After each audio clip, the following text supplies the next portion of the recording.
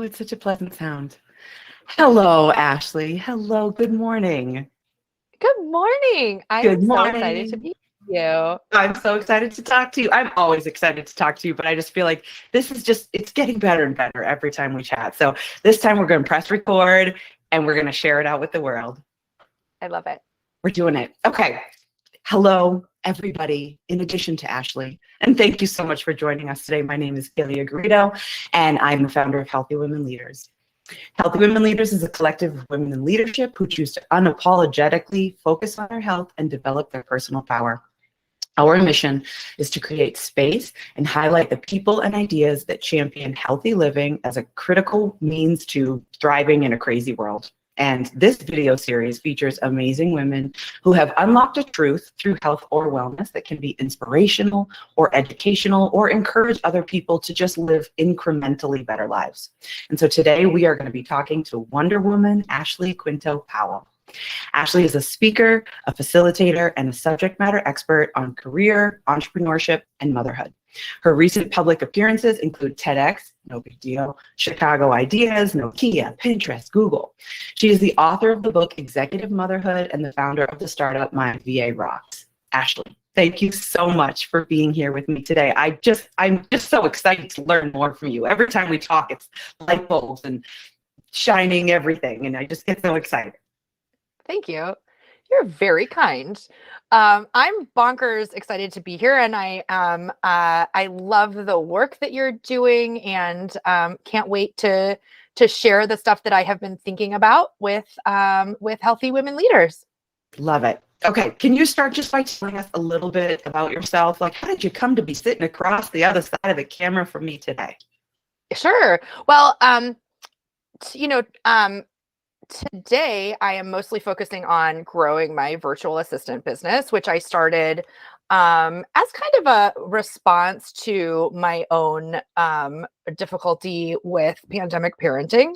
How hard was that? My God. Right. And I have always felt like we need to keep women in the workforce, especially through their childbearing years. This is really, really important to me because I think we cannibalize our pipeline of executive women, because the minute that they feel comfortable enough in their careers and stable enough in their lives to have children, we look at that as a sign that they were never really serious about their careers, and subtly or not so subtly push them out of the workforce. So when in 2020 we started putting such a disproportionate burden on women in particular, and every woman that I was talking to was like, I am hanging on by a thread. This is ridiculous. I mean, it was awful. And definitely this is not it was all parents, because it definitely was not. Statistically, it was overwhelmingly falling on women. And we lost somewhere between 2 and 5 million women from the workforce in 2020 alone. They are not showing up in unemployment numbers because they dropped. They're classified as people who voluntarily left, and now they are ready for not a return to a traditional workforce. Anyway, I scooped up those folks and made them virtual assistants. And in the meantime, I'm helping impact-driven entrepreneurs and executive teams who are doing big, big work handle that work by taking away the admin pieces and helping them find a VA. And through that work, so I think why you and I are talking today is kind of the thesis of my life is that we need to make things easier for women to thrive than we naturally do. And one of those ways is by helping them. There's so many things that you've said that resonate with me. First of all, just huge accolades and props to the fact that you went after the demographic of women that were leaving the workforce, which we now looking back in 2022, we look back, 2 years at what's happened. And we call it the great she session, not the recession, it's the she session. Women left in droves. And my experience through COVID lockdown, which I'm sure is exactly like yours, exactly like so many other women, like COVID kicked us in the woman. is what I like to say. Mhm. Like this, and Ooh. it happened overnight. It happened overnight. And what the research that I have shows that women do 40% more of the invisible workload. And it's not even invisible. Like some of it's visible. It's the childcare. It's setting up the doctor's appointments. It's the food shopping. It's the cooking. It's all that stuff around the house. So it's visible and invisible. And women in general, it's not in every case or situation, as we know, at least 40% more than their male counterparts. So now you go one day to the next where, and fear was already high at that time, which just sucked in general, but all of a sudden the family's home. And instead of just having to cook, maybe put together some lunches or, you know, a little bit of breakfast and out the door and then cook a dinner, it's like 3 meals a day. And it's like all the dishes that are associated with that and all of the everything that had to do with having your family in your house all the time was significant. So I completely understand. So I love that the business that you've set up, number one, re-employed those women, bring them back because you don't have the option to go anywhere. We need you. And then number two, help the women that were going to stay in their careers that weren't going to be a part of the she session. Those women now have a better and easier opportunity to get help. And I just love this is it. We talked about this last time. It's like you see somebody overwhelmed, you see somebody overloaded, like help them. And you put it great last time we spoke. You said, you know, it's not just like, oh, you're doing too much. Right? Like, oh, you better take a time out. Like, you need to take a break. It's like, no, how can I help you? Yeah. You need It is, to me, it is really gross that we look at productive women who are doing amazing things. And instead of saying, hey, I see that you're on a really interesting path to some incredible success.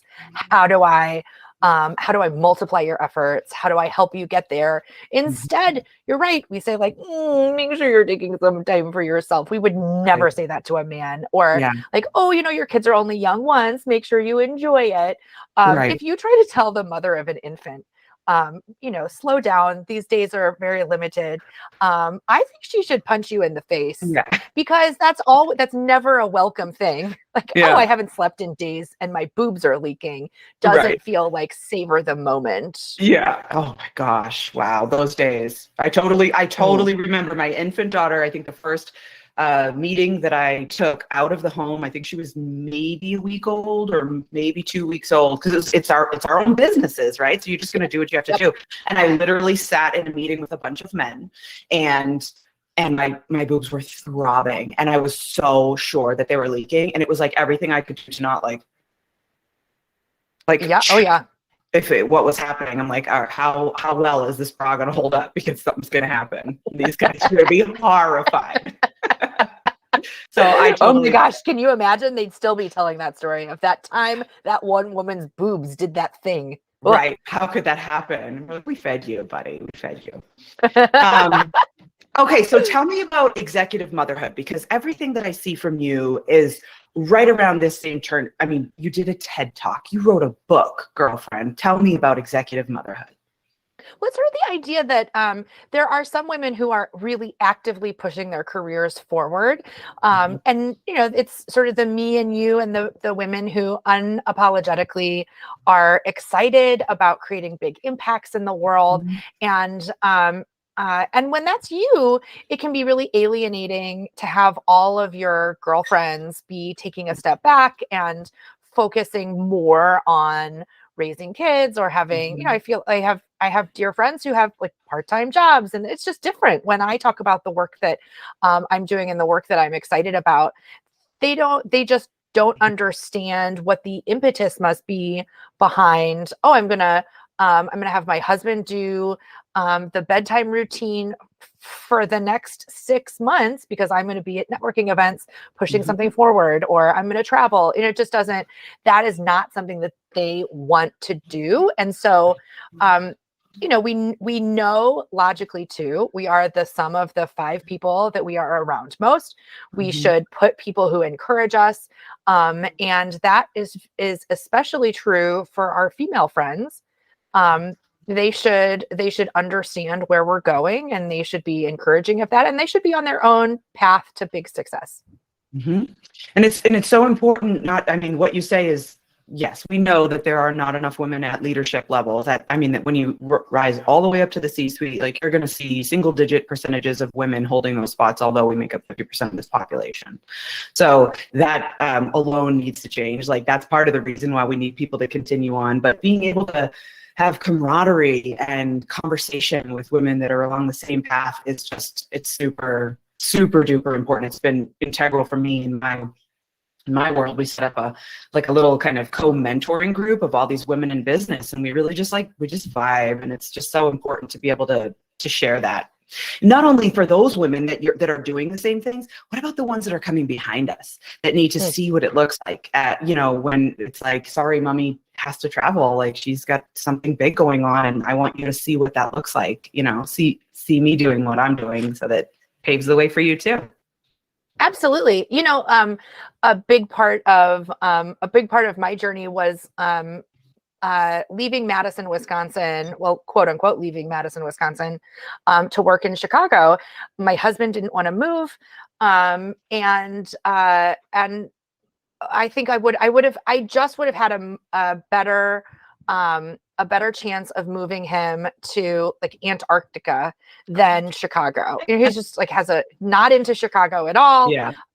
And a girlfriend of mine pulled me aside and said, in our industry, which is tech, men do this all the time. Why don't you just get a commuter apartment and go back and forth?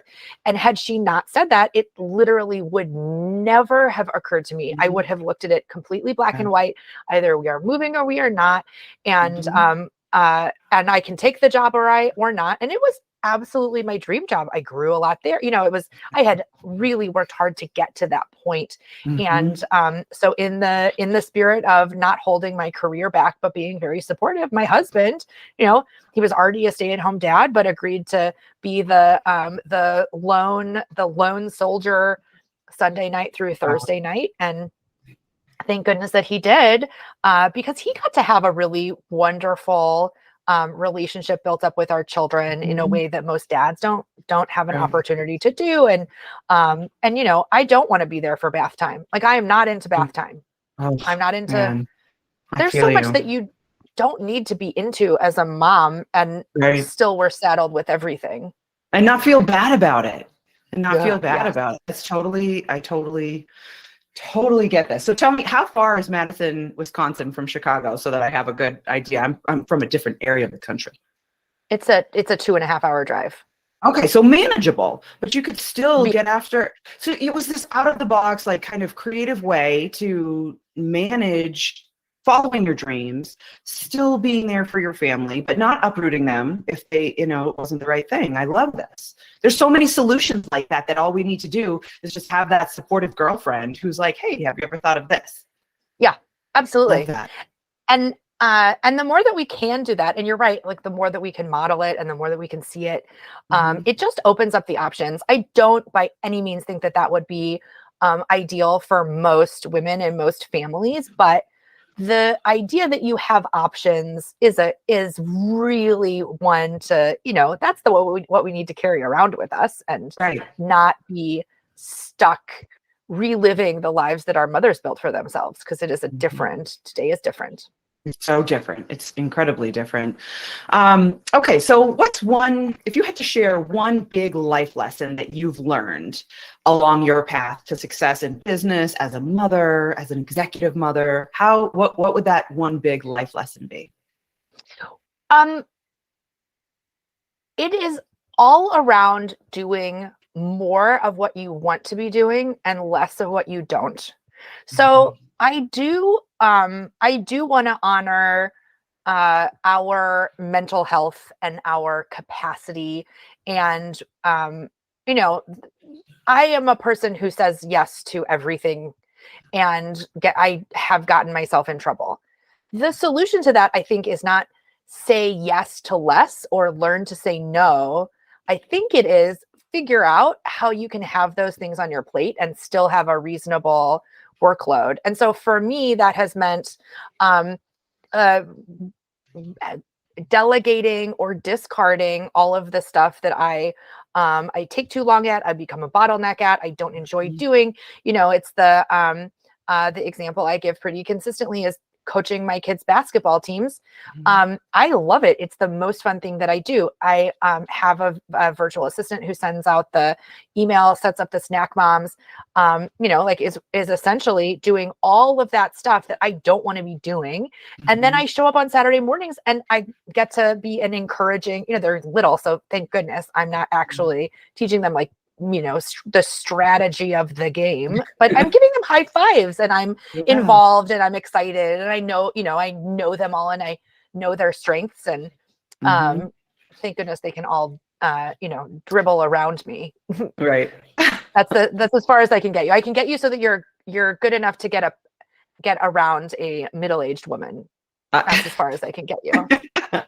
I think there's so much truth in that, and it is hard. Like for me specifically, it can be really hard to accept the help or to seek the help and just feel like all of those little things. It's like you've peeled back all of the outer layers of the thing that you don't want to be doing so that you can get to the core of it, which is being there present and engaged with your children. And that is precious.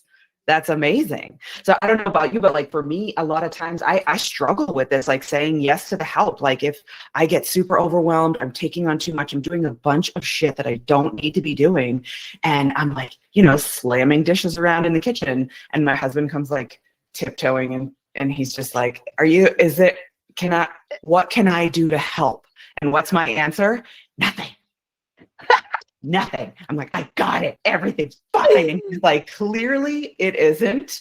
But whenever you're ready to like talk to me. So it's like just getting over that. I don't know what that thing is within me, but I suffer from it. And I do need help. And he's right to ask me at that point, or I could seek out somebody else to help with some of the things that really are bogging me down. It's like, you figured out the way to just unapologetically do it. Yeah. Well, on the housework stuff,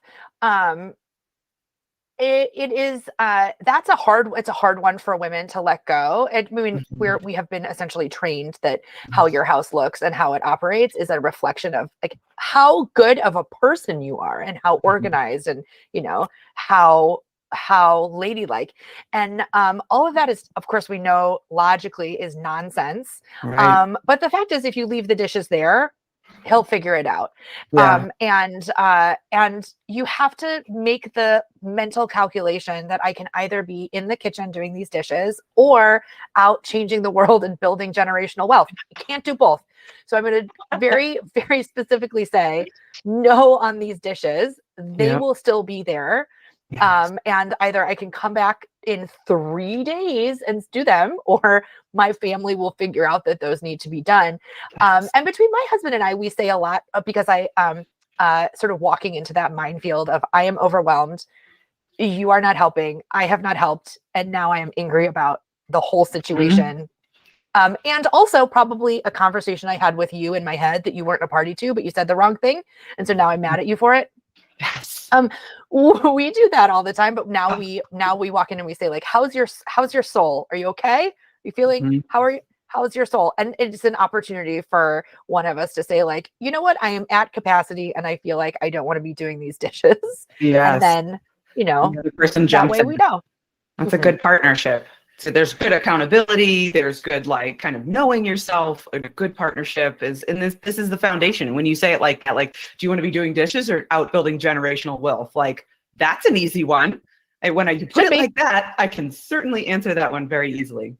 Yep. Okay, so you mentioned a moment ago mental health. You said, something to the tune of like, we have to be considering our mental health. And when I first met you and I heard about your business, My VA Rocks, and the way that you've structured it for helping busy executive women find virtual assistants that can help them take some of the stuff off their plate. So just like your example with basketball, be really truly focused on, the most value.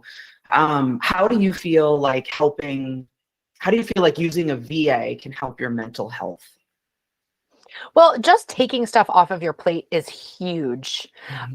There are also, a big trigger for my anxiety and depression is, and I'm not sure if it's a symptom or if it is a cause or if it's causal, but when I see my voicemails pile up or I see my email pile up and I start to get overwhelmed.